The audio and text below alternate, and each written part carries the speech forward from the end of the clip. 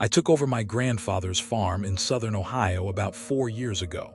It wasn't a massive operation, just about 200 acres of soybeans and a little bit of corn, but it was enough to keep me busy from dawn until dusk. I was 32, fresh off a messy divorce, and looking for exactly the kind of solitude the farm offered. I wanted to be alone. I wanted to disappear into the work. For the first 6 months it was perfect. Just me, the tractor, and my blue heeler Duke. But around late October, when the air started getting that sharp metallic bite to it, things started to feel off. It began with Duke. He was a farm dog through and through, tough, fearless, usually spent his nights sleeping on the porch guarding the boots. But one night I woke up at 2:00 a.m. to the sound of him whining. Not barking, whining. A pathetic, high-pitched sound scratching at the front door. I got up, grabbed the shotgun I kept by the nightstand, more out of habit than genuine fear, and opened the door. Duke shot inside, tail tucked between his legs, shivering so hard his teeth were clicking. I looked out into the yard. The yard light was buzzing, casting that sickly yellow glow over the driveway, but I didn't see anything. Just the barn, the machine shed, and about 100 yards past that, the old grain silo. The silo hadn't been used in 20 years.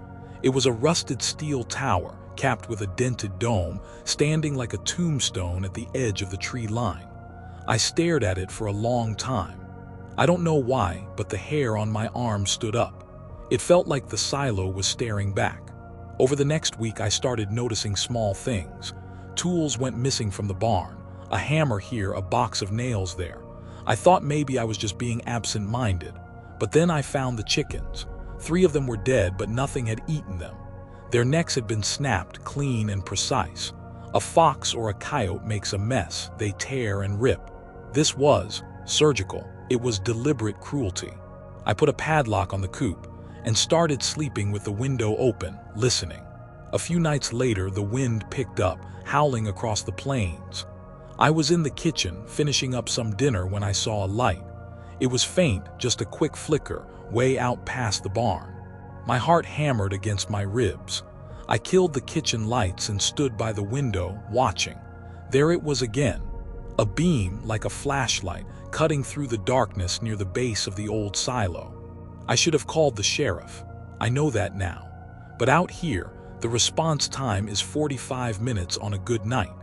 If someone was messing with my equipment or hurting my animals, they'd be long gone by the time a deputy rolled up. I told Duke to stay. He wouldn't have gone out there anyway, and I grabbed the 12 gauge and a heavy-duty flashlight. I slipped out the back door. The wind was loud, which was good. It covered the sound of my boots crunching on the gravel. I moved slow, sticking to the shadows of the machine shed. When I got close to the silo, the light I'd seen was gone. It was pitch black. The metal of the silo groaned in the wind, a sound like a dying animal. I crept up to the access door at the base of the tower. The rusty hinges were smeared with something dark and wet. Grease. Fresh grease. Someone had oiled the hinges so the door wouldn't creak. That realization hit me harder than the cold. This wasn't kids looking for a place to drink. This was someone planning, someone who didn't want to be heard. I kicked the door open and raised the shotgun, clicking the flashlight on in the same motion. "Get on the ground," I roared. The beam cut through the dusty air inside. The silo was empty. At least the ground floor was, but the air, the smell hit me like a physical blow. It smelled of unwashed body, rotting food, and human waste. I swung the light up. There was a maintenance ladder welded to the interior wall, leading up to a small platform near the top, maybe 40 feet up. "I know you're in here," I yelled, though my voice wasn't as steady as I wanted it to be. "Come down or I'm coming up." Silence, just the wind banging against the metal outside. I began to climb. Every rung I took, I felt more exposed. If someone was up there, they had the high ground. They could drop anything on me. But the anger was pushing me forward, anger that someone had invaded my sanctuary. When I reached the top platform, I pulled myself up and swept the light around. I froze. It was a nest, a literal nest. Someone had dragged up old burlap sacks, insulation torn from my barn walls, and Clothes, my clothes. Shirts I thought I'd lost in the wash, an old pair of jeans that had vanished from the clothesline. They were matted down into a bedding area. But that wasn't the worst part. Taped to the curved metal walls of the silo were pictures, dozens of them. They were Polaroids. They were blurry and grainy, but I could make them out. They were pictures of me sitting on the tractor, me working in the garden, me watching TV in my living room taken through the window, and the most recent one, me sleeping in my bed taken from the doorway of my bedroom. The breath got stuck in my throat. The person hadn't just been watching from the silo. They had been inside my house while I slept. Suddenly, a drop of liquid hit my hand, then another. I looked at my hand. It was saliva. I slowly tilted the flashlight straight up, toward the very top of the silo dome, where the metal struts met in the center. He was there. A man, gaunt and pale, limbs impossibly long, was wedged into the rafters like a spider. He was wearing my missing flannel shirt. His skin was gray with filth, but his eyes were wide, unblinking, and reflecting the beam of my light. He was smiling. A wide, toothless, impossible smile. He didn't say a word. He just uncoiled. I didn't climb down the ladder. I practically fell. I slid down the rails, burning the skin off my palms, my boots clanging against the metal rungs. Above me, I heard a sound that haunts me to this day. A high-pitched, giggling shriek, and the sound of bare feet slapping against metal as he scurried down after me. I hit the dirt floor, stumbled out the door, and didn't look back. I sprinted to the house, locked every deadbolt, and pushed the heavy oak dresser in front of the back door. I sat in the corner of the living room with the shotgun aimed at the door until the sun came up. When the police finally arrived the next morning, the silo was empty. The nest was there, the pictures were there, but the man was gone. They found footprints leading into the woods, barefoot prints in the freezing mud. The police set up patrols, but they never found him. I sold the farm 2 months later. I took a loss on it, but I didn't care. I live in an apartment in the city now, on the 4th floor. I like it because there are people everywhere. But sometimes when I'm trying to sleep, I hear a noise above me, like something scuttling in the vents. And I wonder if he followed me. I wonder if he's found a new place to build his nest. When you grow up on a farm, corn isn't scary. It's just a crop. It's money. But there's a time of year, right before the harvest in late September, when the stalks are 7 feet tall and dry as bone, that the cornfield becomes a wall. You can't see through it. You can't hear past it. My family runs an agritourism spot in Nebraska. Every autumn, we cut a massive maze into the 20-acre cornfield behind the house. It's a big moneymaker. We get families from the city coming out to drink cider, pick pumpkins, and get lost in the maze. It was a Friday night, closing time. 10:00 p.m. The last ticket had been sold at 9. My job was the sweeper. I had to walk the maze from start to finish to make sure no stragglers were stuck inside before we turned off the big floodlights. I'd done this 100 times. I knew the layout by heart because I was the one who designed it on the computer before we cut it. I grabbed my flashlight and headed into the entrance. The air was dead still. The only sound was the dry rustle of the stalks brushing against my jacket. "Hello," I called out. "Closing time, anyone still in here?" Usually you'll hear a giggle or a "over here" from some teenagers trying to scare their girlfriends. But that night, it was silence, just the crunch of my boots on the dirt. I was about halfway through, near the center checkpoint, when I saw something odd. The corn rows, they were wrong. I know that sounds crazy, but like I said, I designed the grid. At the center checkpoint, there's supposed to be a 4-way intersection. But when I got there, the path just ended. A wall of corn, thick and unbroken, blocked the way forward. I stopped, shining my light at the stalks. They hadn't been bent or broken. They were growing out of the ground right there. It was as if the path had never existed. I frowned, checking my watch. Maybe I took a wrong turn. I backtracked. I turned left, then right, retracing my steps to the previous bend. But that path was gone too. Panic is a cold thing. It starts in your stomach and spreads to your fingertips. I spun around. The path I had just walked down, the straight line leading back to the entrance, was now a dead end. I was standing in a box, a perfect square of cleared dirt, maybe 10 feet by 10 feet, surrounded on all 4 sides by 7-foot-high corn. "Okay, very funny," I yelled, my voice cracking. I thought maybe my brother was messing with me, moving bundles of cut corn to block the paths. "Come on out, Mike. You got me." I waited. Then I heard it. Rustle. It came from deep inside the corn to my left, not the sound of wind, the sound of something pushing through. Snap, crunch. "Mike." Rustle. It was closer now, and it was heavy. Whatever was moving through the crop wasn't caring about being quiet. It was tearing through the stalks. I aimed my flashlight at the wall of corn. The yellow beams of light couldn't penetrate more than a row or 2 deep. Then the rustling stopped, right in front of me, just beyond the first row of stalks. I held my breath. The silence was so loud my ears rang. "Who's there?" I whispered. A voice replied, but it didn't come from the corn. It came from everywhere. It sounded like the wind blowing through dry husks, but it formed words. "Not Mike." I screamed. I didn't care about the crops anymore. I threw my shoulder into the wall of corn and started running. I crashed through the stalks, the dry leaves slicing my face and hands like paper cuts. I didn't look for a path. I just ran in a straight line, aiming for where I thought the house was. But the field felt endless. 20 acres shouldn't take this long to run through. I ran for what felt like 10 minutes, lungs burning, tripping over roots, scrambling back up. Every time I stopped to gasp for air, I heard it behind me. Crunch, snap, drag.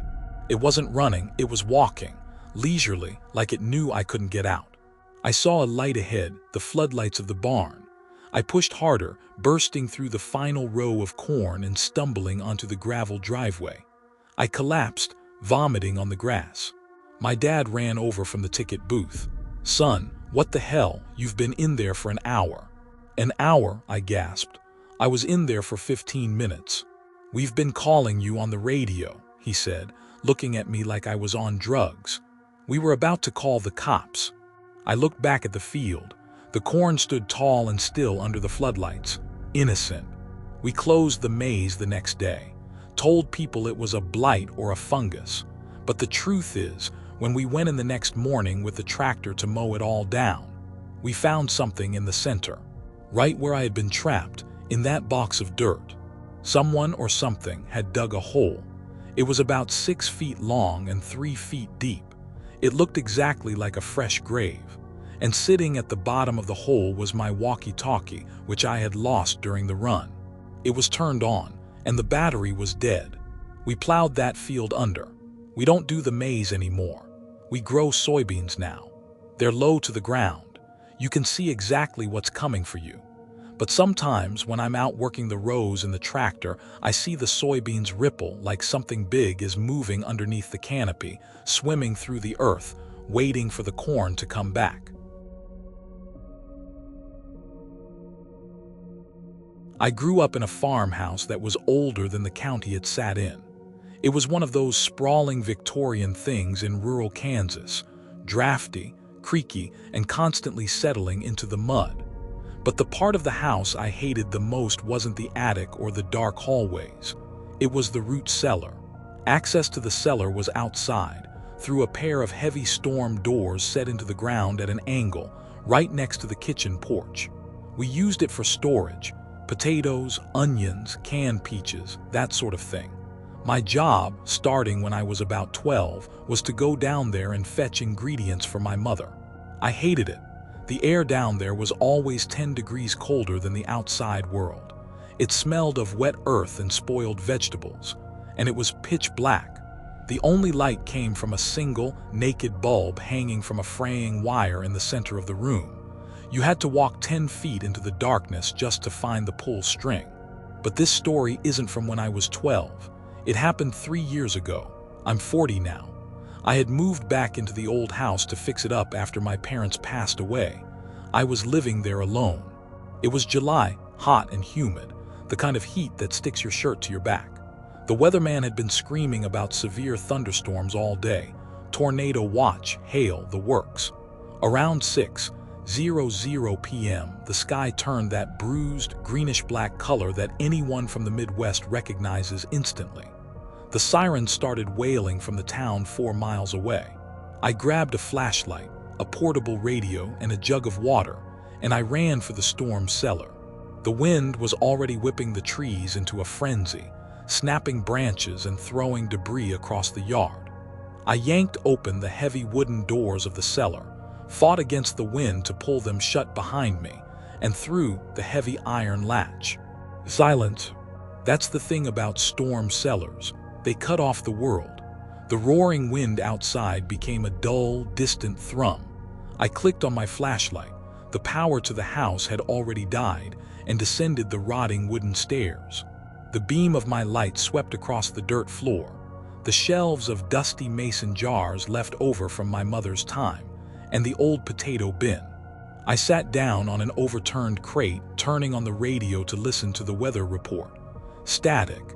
I fiddled with the dial, just static. The thick concrete walls were blocking the signal. I sighed and clicked the radio off. I just have to wait it out. I sat there for maybe 20 minutes in the dark, just the beam of my flashlight hitting the far wall. I was bored. I started looking around the room, letting the light play over the corners. That's when I noticed the shelves. On the far wall, behind a stack of old paint cans, the wooden shelving unit seemed crooked, pulled away from the wall. I got up and walked over. I pushed the paint cans aside. There was a gap behind the shelves, a hole in the dirt wall. It wasn't an animal burrow, it was too large. It was about 2 feet wide, rough-hewn, like someone had dug it out by hand with a trowel. I felt a cold draft coming from it. My first thought was structural damage. If the foundation was compromised, the whole house could come down. I shined the light into the hole. It went deep, surprisingly deep. It tunneled back about 6 feet and then opened up into a space. Curiosity is a dangerous thing. I should have stayed by the stairs. Instead, I got down on my hands and knees and crawled into the tunnel. The dirt was dry and crumbly. I shimmied forward, the flashlight clenched in my teeth. I reached the opening and pushed my head and shoulders through. I gasped. It was a room, a small, circular chamber dug out of the earth, completely hidden beneath the yard. It couldn't have been more than 5 feet across. And it was occupied, not by a person but by things. In the center of the dirt floor was a circle of stones. Inside the circle were bones, small bones, birds, squirrels, maybe a cat. They were arranged in intricate patterns, spirals and triangles, and sitting against the back wall of this tiny earthen cave was a doll. It was an old rag doll, filthy and stained. Its button eyes were missing. In its lap sat a driver's license. I squinted, reaching out with a trembling hand to pick up the card. I shone the light on it. It was my license, the one I had lost 2 weeks ago. I thought I had dropped it at the gas station. My heart hammered against my ribs like a trapped bird. Someone had found my license. Someone had been in my house or in my pockets and brought it down here. Then I heard it. Clicking. The sound of the iron latch on the storm doors above. The latch I had locked from the inside. Someone was opening it. I scrambled backward, scraping my shoulders on the tunnel walls, kicking up dust, choking on the panic. I tumbled back out into the main cellar room and scrambled to my feet, aiming the flashlight at the stairs. The doors opened. Rain and wind howled into the opening, blowing leaves down the steps. A pair of boots stepped onto the first stair. "Who's there?" I screamed. I grabbed a rusted shovel from the wall. "I'm armed." The boots stopped. They were heavy, muddy work boots. I shone the light up. Blue jeans, a dark raincoat, and a face, covered by a burlap sack. The figure didn't speak. It just stood there on the stairs, the storm raging behind it, blocking my only exit. It tilted its head, looking at me, or looking at the tunnel behind me. Then it started to descend, slowly, one heavy step at a time, thud, thud. I backed up until I hit the shelves. I was trapped. I gripped the shovel until my knuckles turned white. "Get back." The figure reached the bottom of the stairs. It was huge, filling the small space. It reached into its raincoat pocket. I swung the shovel. I swung it with every ounce of fear and adrenaline I had. It connected with the figure's shoulder with a sickening crunch. The figure grunted, a guttural, wet sound, and stumbled back. I didn't wait. I dropped the shovel and shoulder-checked the figure, knocking it into the potato bin. I sprinted up the stairs, slipping on the wet wood, scrambling on all fours like an animal. I burst out into the storm. The rain was torrential, blinding me instantly. I didn't run to the house. I knew he had been in the house. I ran to my truck. I fumbled with my keys, dropping them in the mud, screaming in frustration.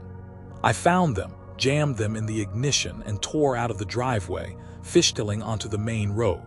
I drove to the sheriff's station and sat in the lobby, shivering and covered in mud, until a deputy came out. They searched the farm the next day. The root cellar was empty. The doll, the bones, my license, all gone. The secret tunnel had been collapsed, filled in with fresh dirt as if it had never existed. But they found one thing.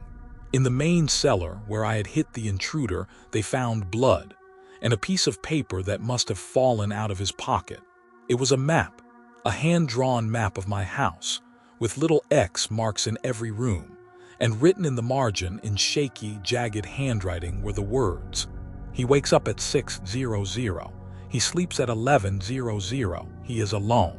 I sold the house to a developer who tore it down. I don't have a basement anymore. I live in a second-story condo, but sometimes when it rains I can smell wet earth, and I check the locks. I check them twice." We raise sheep, about 400 head of merino on 1,000 acres in the foothills of Wyoming. It's difficult terrain, rocky, uneven, and full of predators. Coyotes are the usual suspects, sometimes a mountain lion if the winter is harsh. You get used to the loss. It's part of the business. But last winter, we started losing ewes in a way that didn't make sense. Usually a coyote kills to eat. It takes the lambs or the weak. It leaves a mess. But we were finding full-grown, healthy ewes dead in the pasture with no external marks. No blood, no bite marks, they were just dead. Their eyes were wide open, staring at nothing, and their tongues were swollen, protruding from their mouths. The vet did a necropsy on 2 of them. His conclusion, heart failure, extreme stress. Whatever chased them, he told me, wiping his hands on a rag, didn't touch them. It just terrified them to death. They ran until their hearts exploded. That chilled me more than a wolf pack ever could. My dad and I decided to set up a night watch. We took shifts. I took the 12:00 a.m. to 4:00 a.m. slot, sitting in the cab of the pickup truck on the ridge overlooking the north pasture, thermal scope on my rifle, a thermos of black coffee on the dashboard. The first 3 nights were uneventful, just the wind and the shifting shadows of the clouds. On the 4th night, the moon was full. It lit up the valley like a stage. The sheep were huddled together in a tight ball near the feeder, which was unusual. They usually spread out. Around 2:15 a.m., I saw movement near the tree line, about 300 yards out. I brought the thermal scope up to my eye. Through the lens, living things glow white-hot against the gray background. I scanned the trees. I saw a heat signature, but it wasn't a coyote. It was standing on 2 legs. It was tall, very tall, standing perfectly still next to a pine tree. "Poacher," I whispered to myself. I reached for the radio to wake my dad, but I stopped. The figure started to move, but it didn't walk like a man. A man bobs when he walks, his stride has a rhythm. This thing glided. It moved with a jerky, fluid motion, covering ground impossibly fast. And it was heading straight for the herd. I flashed the truck's high beams on and honked the horn, hoping to scare it off. The figure stopped instantly. It was about 100 yards away now, bathed in the headlights. I lowered the thermal scope and looked with my naked eyes. It looked like a man, but the proportions were all wrong. The arms hung down past the knees. It was wearing what looked like rags fluttering in the wind, and on its head, it looked like it was wearing a sheep's skull. I grabbed the rifle and rolled down the window. "Get away from the stock," I yelled, the sound echoing off the hills. The thing didn't flinch. It slowly raised one of those long, impossible arms and pointed. Not at me. It pointed at the house, my house, where my wife and daughter were sleeping. A cold spike of adrenaline hit my chest. I didn't think. I fired. A warning shot into the dirt 10 feet in front of it. The creature didn't run. It dropped to all fours. And when I say all fours, I don't mean hands and knees. I mean it sprawled out like a spider, its limbs bending at sickening angles. And then it screamed. It wasn't a human scream. It sounded exactly like a sheep in distress, a bleeding, desperate cry, but amplified, distorted, like it was coming through a broken speaker. The herd panicked. They scattered in every direction, trampling each other. The creature scuttled sideways, moving incredibly fast, disappearing into the dark ravine to the east, away from the herd, but toward the creek that runs behind my house. I threw the truck into gear and tore across the pasture, bouncing over ruts, risking an axle fracture. I dialed my wife on the cell phone. "Sarah, wake up, lock the doors, get the gun." What is it?" she answered, her voice thick with sleep. "Just do it, I'm coming in." I skidded into the driveway, jumped out, and ran inside. Sarah was in the hallway holding the shotgun, eyes wide. "What is happening? Did you see anything? Did you hear anything?" "No, she stopped." We both heard it. From the front porch, a soft, polite knock. Knock, knock, knock. Then a voice, my voice. "Sarah, it's me. I forgot my keys, let me in." I was standing right next to her. Sarah looked at me, all the color draining from her face. She looked at the door, then back at me. The voice came again, identical to mine. "Honey, it's cold out here, open up." I racked the slide on my rifle. "Get in the bathroom," I whispered. "Lock it." I walked to the door. The window on the door was frosted glass. I could only see a dark shape pressing against it. "I have a gun," I said, my voice trembling with rage. "I know what you are." Silence on the other side. Then the shape leaned closer to the glass. A hand pressed against it. The fingers were too long. They tapped on the glass. Tab, tab, tab. Then it spoke one last time, but not in my voice. It spoke in a voice that sounded like grinding stones. "Not ripe yet." The shape pulled away and vanished into the night. We found 5 dead sheep the next morning. No marks, just stopped hearts. But the worst part was the front door of our house. Scratched into the paint, deep enough to expose the wood, were symbols. Spirals. The same shapes I've seen on the ancient rock walls in the caves up in the mountains. We still run the farm. We have to, it's our livelihood. But we have heavy steel shutters on the windows now. And we have 3 Great Pyrenees dogs that patrol the yard at night. Sometimes the dogs will run to the edge of the light, barking furiously at the darkness. And then, suddenly, they'll stop. They'll tuck their tails and run back to the porch, whining. When they do that, I don't look out the window. I turn up the TV and I pray for the sun to rise. My farm sits on 300 acres in the foothills of the Appalachians in West Virginia. It's rugged country. Half of my land is usable pasture for my cattle, but the other half, the back 40, we call it, is dense, vertical forest. It's thick with rhododendron, oak, and shadow. You don't go back there unless you have a reason. 2 years ago, I started having trouble with timber theft. People were coming onto the back of the property, cutting down black walnut trees and dragging them out with ATVs. It's big money, and out here, people get desperate. I wasn't about to let thousands of dollars in timber walk off my land, but I couldn't patrol 150 acres of dense woods by myself at night. So I bought 10 high-end trail cameras. These weren't the cheap ones. These were cellular models with black flash infrared, meaning they take a picture at night without producing a visible red glow. They were invisible. I spent a whole Saturday trekking up the ridges, strapping these cameras to trees along the game trails and the old logging roads. I camouflaged them with moss and leaves. I wanted to catch the thieves' faces, get their license plates, and hand it all over to the state police. For the first 2 weeks, it was just deer, raccoons, and the occasional bobcat. Standard stuff. I'd get the notifications on my phone, check the app, delete the photo, and go back to sleep. But on a Tuesday in November, things changed. It was 3:00 a.m. My phone buzzed on the nightstand. I woke up groggy, expecting to see a buck. I unlocked the phone and opened the notification from Camera 7. Camera 7 was the deepest one I had. It was located in a narrow ravine about 2 miles from the house, a place so steep and rocky that even the cattle didn't go there. The photo loaded. It was black and white, grainy from the night vision. At first, I didn't see anything, just the trunks of the trees and the fern-covered ground. I zoomed in, panning around the image. Then I saw it. In the bottom right corner, peering out from behind a large oak tree, was a face. It was low to the ground, as if the person was crouching or crawling.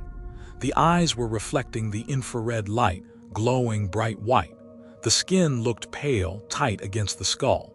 It didn't look like a timber thief. It looked like a naked man, bald and emaciated, staring directly into the lens. I sat up in bed, my heart thumping. I waited for the next photo. The cameras were set to take a burst of 3 images when triggered. The second photo loaded. The man was gone, but in the center of the frame, 10 feet closer to the camera, the ferns were blurred, like something had moved through them incredibly fast. The third photo loaded. The camera had been knocked crooked. It was pointing down at the ground now at a sharp angle, and filling the frame was a hand. A dirty, human hand with long, black fingernails, reaching out to grasp the camera housing. I didn't sleep the rest of the night. I sat in the kitchen with a pot of coffee and my pistol on the table, watching the phone. Nothing else came through. The next morning, I drove the ATV as far as I could and hiked the rest of the way to Camera 7. The camera was gone. The strap had been cut, not unbuckled but sliced clean through. I searched the area for footprints, but the ground was covered in heavy leaf litter. It didn't hold tracks well. I was angry. That camera cost me $400. I decided to move the remaining cameras closer to the house, forming a perimeter. If there was a squatter living on my land, I wanted to know if he was coming near my home. 3 nights passed, silence. On the 4th night, a Saturday, a storm rolled in. Heavy rain, thunder shaking the windows. I went to bed early. I woke up the next morning and grabbed my phone. I had 42 notifications. My stomach dropped. 42. I opened the app. They were all from Camera 3. Camera 3 was mounted on a fence post at the edge of the pasture, only 200 yards from my back porch. I started scrolling through the timeline. 1:14 a.m., an empty field, rain streaking across the lens. 1:15 a.m., a shape in the distance, just a silhouette standing in the rain. 1:17 a.m., the shape is closer. It's the man. He's standing perfectly still, arms at his sides. He's naked. The rain is pouring off him, but he isn't reacting to the cold. He is staring at the house. I scrolled faster, my hands shaking. 1:30 a.m., he is at the fence line. He is climbing over the barbed wire. He doesn't step over it. He slithers between the strands like a snake. 1:45 a.m. This photo came from Camera 2, which is mounted on the machine shed 50 yards from the house. The man is standing in the driveway, but he's not alone. There are 3 of them. 3 pale, emaciated figures. 1 is tall, 2 are smaller, maybe children, but their limbs are too long. They are standing in a triangle formation facing the house. 2:00 a.m., Camera 1. This camera is mounted on the tree right next to my back porch. It points at the back door. The photo shows the back door. Standing directly in front of it, face pressed against the glass, is the first man. His mouth is open in a scream, but I hadn't heard anything over the storm. His hands are flat against the glass. Behind him in the yard, the other 2 figures are on their hands and knees, looking for something in the grass. I felt like I was going to throw up. I live alone. I was here sleeping while these things were on my porch. I clicked the next photo, 2:01 a.m. The man is gone from the door. The yard is empty. I scrolled to the final batch of notifications. These weren't photos. They were video clips. I had set camera 1 to record video if the motion continued for more than 60 seconds. I pressed play on the clip from 2:05 a.m. The video is grainy black and white. It shows my back porch. The wind is whipping the hanging plants around. For the first 10 seconds, nothing happens. Then the door handle turns. My blood ran cold. I lock that door every night. I know I locked it. The handle jiggles, then slowly, silently, the door opens. The camera angle doesn't show inside the kitchen. It just shows the door swinging inward into the darkness of my house. The 3 figures crawl up the steps. They don't walk. They crawl on all fours, their movements jerky and insect-like. They move silently into my kitchen. The video ends. I froze. I was sitting in my kitchen, the same kitchen they had crawled into. I slowly looked at the back door. It was closed and locked. I looked at the timestamp on the next video, 4:30 a.m. I pressed play. The video shows the open doorway. The rain is blowing in, soaking the floor. Then the figures emerge. They back out of the house, moving in reverse like a rewound tape. One of them is holding something. I paused the video and zoomed in. It was holding a lock of hair and a pillowcase, my spare pillowcase from the linen closet. They scurried down the steps and vanished into the darkness of the field. Then the last thing in the video happens. The door closes, it swings shut, and the deadbolt turns. They locked it on their way out. I packed a bag that morning. I drove to a motel in town. I called the police, showed them the footage. They did a sweep of the house and the woods. They found the nest in a cave about 3 miles back on the ridge. It was filled with animal bones, stolen tools, and mounds of human hair. But the cave was empty. The police said it was a family of meth addicts living rough. They said the physical deformities were likely due to malnutrition and inbreeding. They said they'd catch them eventually. But they didn't see the way those things moved. Humans don't move like that. And humans don't know how to lock a deadbolt from the outside without a key. I went back to the farm to board up the windows, intending to sell. I was taking down the last trail camera, the one on the porch, when I noticed something scratchy taped to the back of the device. It was a piece of paper, folded into a tiny square. I unfolded it. It was a Polaroid photo. It was a photo of me, sleeping in my bed, taken from the ceiling, looking straight down. And written on the white border of the photo in charcoal was a single word: crowded. I left the cows. I left the tractor. I left everything. I live in a gated community in Arizona now. There are no trees here, just sand and cactus. But sometimes, watching the security cameras on my phone, I see the motion sensor trigger in the backyard. And for a split second before the lights kick on, I swear I see pale shapes crawling over the stucco walls. My father was a hard man. He didn't believe in ghosts, he didn't go to church, and he didn't tolerate nonsense. He believed in dirt, rain, and the bottom line. So when I came back to the farm in rural Idaho to help him through his chemo treatments, I expected him to be weak, maybe a little angry at the world.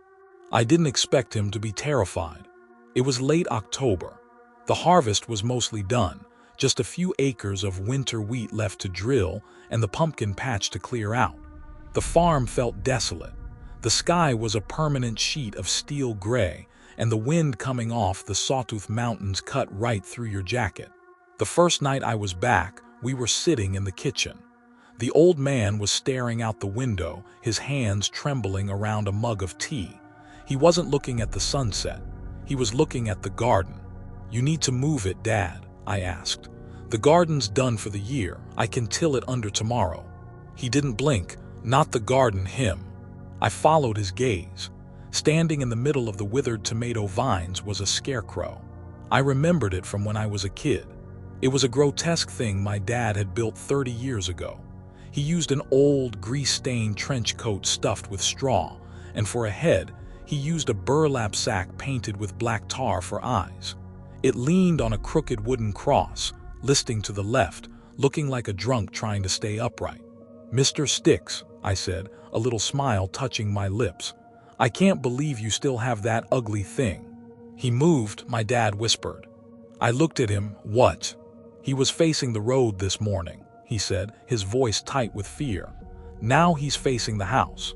I sighed. "Dad, it's the wind. The post is loose. The wind spins him around." He slammed the mug down, spilling tea on the table. "I know the wind, boy. The wind blows east." He turned against the wind. I cleaned up the tea and put him to bed. I chalked it up to the meds. Chemo brain, the doctors called it. It messes with your memory, makes you paranoid. The next morning, I went out to the garden to tighten the post, just to give the old man some peace of mind. The ground in the garden was soft mud. I walked up to the Scarecrow. Up close, it was even nastier than I remembered. The trench coat was stiff with mold and dirt. The burlap head was rotting, the painted tar eyes cracking and peeling. It smelled like wet dog and mildew. I grabbed the main post and gave it a shake. It was rock solid. It wasn't loose at all. In fact, it was driven so deep into the clay I couldn't even wiggle it. A cold feeling prickled the back of my neck. If the post wasn't loose, the wind couldn't have spun it. I looked at the ground around the base of the post. The mud was churned up, not by wind but by boots, deep, heavy boot prints circling the Scarecrow. "Dad," I thought, "he must be sleepwalking. He's coming out here at night and moving it himself, then forgetting." I decided not to tell him. It would only upset him more. I left the Scarecrow facing the road and went to work on the tractor. 3 days passed without incident, but on Thursday the atmosphere on the farm changed. The air grew heavy, charged with static. A massive storm front was rolling in over the mountains. That evening, I was in the barn fixing a hydraulic line when I heard the dogs barking. We had 2 healers, aggressive little things. They were losing their minds near the garden fence. I grabbed a wrench and walked out. "Hey, shut up." The dogs ignored me. They were snarling, hackles raised, snapping at the Scarecrow. The Scarecrow was facing the house again. And it was closer. I stopped dead in my tracks. I knew exactly where that post was. It was in the center of the tomato rows.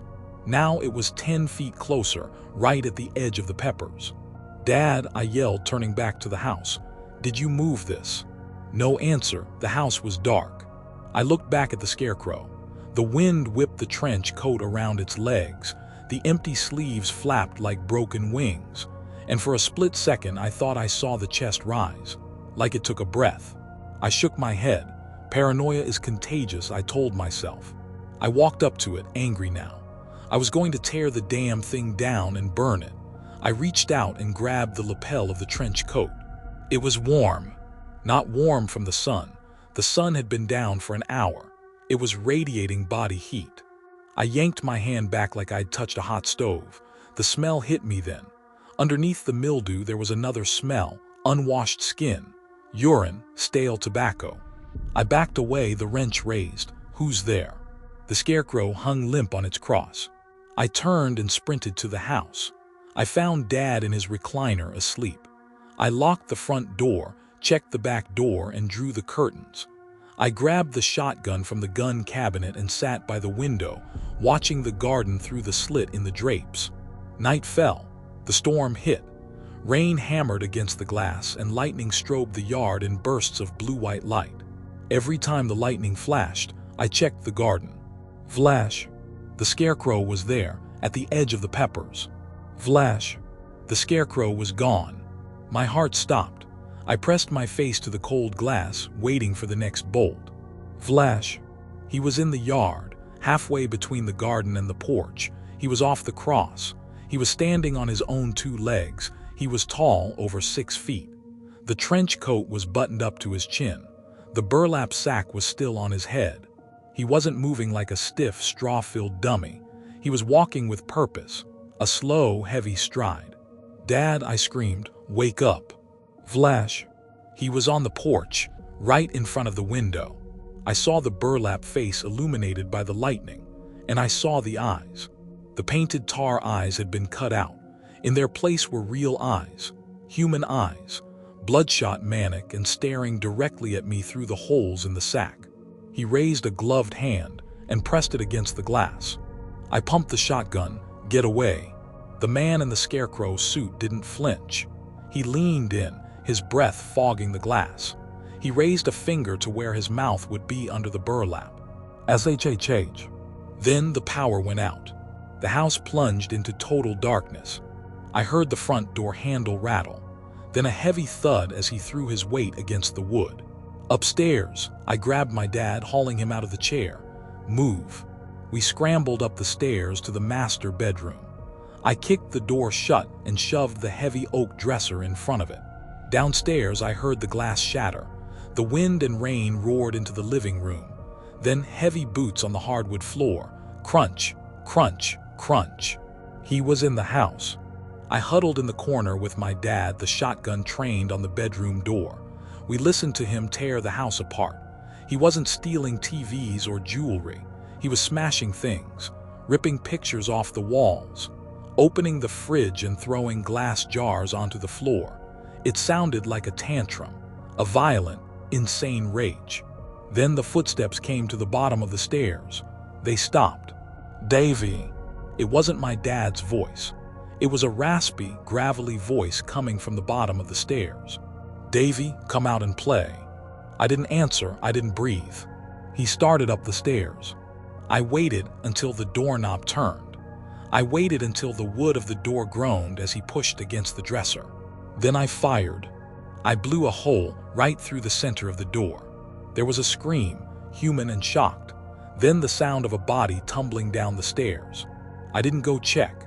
I sat there with the gun pointed at that hole until the sun came up and the police arrived. They found a trail of blood leading out the back door and into the woods. They brought in K-9 units. They tracked him for 5 miles into the national forest before the trail went cold at a logging road. They found his campsite, though. It was less than a mile from our farm. He had a linta made of branches. Inside, they found binoculars, a notebook filled with gibberish and drawings of our house, and they found the straw. He had emptied the Scarecrow weeks ago. Every morning before the sun came up, he would crawl inside that trench coat, pull the burlap sack over his head, and hang himself on that cross. He stood there for 12, 14 hours a day, motionless, watching us, watching my dad get sick, watching me work on the tractor, just watching. We never caught him. But sometimes when I'm driving down a country road and I see a Scarecrow standing alone in a field, looking a little too realistic, I don't slow down. I speed up. I check my rearview mirror, and I pray that I don't see it turn its head to watch me go. I've been a custom harvester for 20 years. That means I own a fleet of combines, and I travel from Texas to the Canadian border every summer, cutting wheat, barley, and corn for farmers who don't have the equipment to do it themselves. I've seen everything you can see from the cab of a John Deere S780. I've seen lightning strike a fence post 10 feet away. I've seen wolves stalking deer through the wheat. But there is one rule that every harvester knows, even if we don't like to talk about it. It's called the island effect. When you harvest a massive field, say 300 acres, you usually work from the outside in. You cut the perimeter and then you spiral inward. As the field of standing crop gets smaller and smaller, the wildlife hiding inside it gets concentrated. Rabbits, pheasants, coyotes, deer, they all retreat into the remaining cover. When you get down to that last strip, the island in the center, it's usually teeming with panicked animals. You have to be careful. You honk the horn, flash the lights, try to flush them out so they don't get pulled into the header. This story happened last November in North Dakota. It was the last job of the season. The farmer was an old guy named Elias. He was paying me triple to finish his north section before a blizzard rolled in. It was 11:30 p.m. The temperature was dropping fast, hovering around 10 degrees. I was in the cab, the heater blasting, the radio playing static-filled classic rock. The combine's LED floodlights cut through the dust, illuminating the golden wall of corn in front of me. It was a huge field. I had been working on it for 14 hours straight. I was down to the last island. It was a strip of standing corn about 400 yards long and maybe 20 yards wide. I was exhausted. My eyes were burning. I just wanted to finish this strip, park the rig, and go to sleep. I lined up the header and engaged the separator. The massive machine roared to life, the reel spinning, the cutter bar hungry. I eased forward. About 50 yards into the strip, the combine shuddered. The engine RPM dropped for a split second, then surged back. I heard a dull thump against the underside of the cab. I cursed. I thought I'd hit a deer. I hated that. It's a mess to clean up and it can damage the internal beaters. I checked the monitors. Everything looked green. No jams. I kept going. Another 50 yards. Thump. This one was harder. The whole machine rocked. I slowed down. I peered through the windshield, scanning the standing corn ahead. The LEDs were bright, turning the night into day. That's when I saw the movement. Usually when animals are trapped in the island, they dart out. They run for the tree line. But whatever was in this strip wasn't running away. It was running parallel to me. I saw the tops of the cornstalks swaying violently, like something big was pushing through them, keeping pace with the combine. "Come on, get out of there," I muttered, leaning forward. Then the radio crackled. It was Elias. He was sitting in his grain truck at the edge of the field, waiting for me to offload. "Don't stop," Elias said. His voice was tight, strained. "I think I've got livestock in here, Elias," I replied. "Might be a cow." "It's not a cow," he snapped. "Do not stop the header. Do not open the door, just finish the strip." There was something in his tone that made my stomach turn. He sounded terrified. I gripped the joystick and throttled up. I hit the halfway point of the strip. The island was getting narrower, 10 yards wide now. Suddenly, a figure burst out of the corn, directly in front of the header. I slammed on the brakes. The hydrostatic drive locked up, and the combine skidded to a halt, dust billowing up around the cab. It wasn't a cow. It was a person. It was a man standing in the cut stubble, bathed in the blinding white work lights. He was facing away from me, looking back into the standing corn. He was wearing old, tattered clothes, denim overalls that looked like they had been buried in the earth for 50 years. He was covered in dirt. He wasn't moving, he was just vibrating, shaking. "Hey," I yelled, reaching for the door handle. "Get out of the way." "Lock the door," Elias screamed over the radio. "Run HIM over." "What, are you crazy?" "He isn't real, finish the harvest." I looked back at the man. He slowly turned his head to look at the cab. I stopped breathing. His face, it wasn't a face, it was corn husks. His skin was woven, dry plant matter. His eyes were just empty black gaps in the weave. But he had teeth. Real human teeth jammed into the dry husk mouth in jagged rows.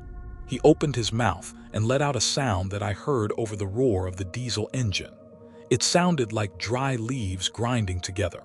Then he pointed at the cab, and the rest of them came out. From the remaining strip of standing corn, they poured out, dozens of them, figures made of dirt and roots and dry stalks, but moving with the speed of wolves. They swarmed the combine. I watched in horror as they leaped onto the header. They scrambled up the feeder house, their dry, claw-like hands scratching against the metal. Scritch, scritch, scritch. They were trying to get in. "Go, go, go," Elias was screaming on the radio. I didn't think. I slammed the hydro handle forward. The combine surged. The reel spun, the cutter bar gnashed. I plowed into the mass of them. The machine groaned as it chewed through the bodies. Dust and debris exploded into the air, but it wasn't just plant matter. It was a thick red mist, a slurry of rot and ancient soil. They were thumping against the glass of the cab. One of them, a small one the size of a child, slammed its face against the door. I saw the woven grass skin, the human teeth snapping at the glass. I screamed and pushed the throttle to the max. The engine redlined. The combine roared like a dragon, devouring the island. I drove blind. I didn't stop until I was clear of the corn, clear of the field, and out onto the gravel road. I didn't even turn off the separator. I just drove. I drove that combine 5 miles down the county road, the header still spinning, sparking against the asphalt. until I reached the gas station in town. I sat there in the bright fluorescent lights of the station canopy, shaking so hard I couldn't unbuckle my seatbelt. When I finally climbed out, I looked at the front of the machine. The header was choked, but not with corn. It was choked with bones, old, brittle brown bones, and caught in the teeth of the cutter bar were scraps of old denim, rot, and roots. I never went back to Elia's farm. I left the combine there at the gas station and had one of my guys pick it up a week later. He told me he had to power wash it for 3 days to get the smell out. He said it smelled like a grave. I looked up the history of that land later. Back in the 1800s, there was a settlement there, a religious colony. They vanished during a famine. The history books say they moved on. But I know they didn't. They didn't leave. They just went into the soil. They became part of the harvest. And every year, they wait for the island to get small enough so they can come out and play.